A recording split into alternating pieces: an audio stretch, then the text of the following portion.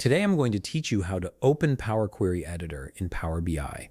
This is a fundamental skill if you want to clean, transform, or shape your data before creating visualizations. So let's jump right into it. First, you'll need to open your Power BI desktop application. Make sure you have it installed on your computer and launch it.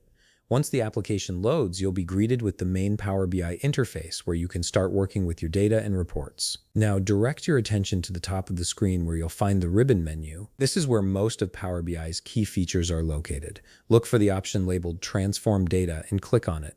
This is your gateway to accessing the Power Query Editor, which is essentially the backbone of all data preparation work in Power BI. After clicking Transform Data, a small drop-down menu will appear with a few options. From this menu, go ahead and click on Transform Data again. This might seem repetitive, but it's the specific command that tells Power BI you want to open the full Power Query Editor interface rather than just previewing your data. And there you have it. The Power Query Editor window will now open. This is where all the magic happens when it comes to data transformation. You'll see your data tables listed on the left side, and in the main workspace, you can apply filters, remove columns, change data types, merge queries, and perform countless other operations to get your data exactly how you need it before bringing it back into Power BI for visualization. The Power Query Editor operates separately from your main Power BI workspace, giving you a dedicated environment to focus purely on data preparation. Any changes you make here won't affect your report until you choose to apply them, which gives you the freedom to experiment and refine your data transformation steps. If you found this video helpful,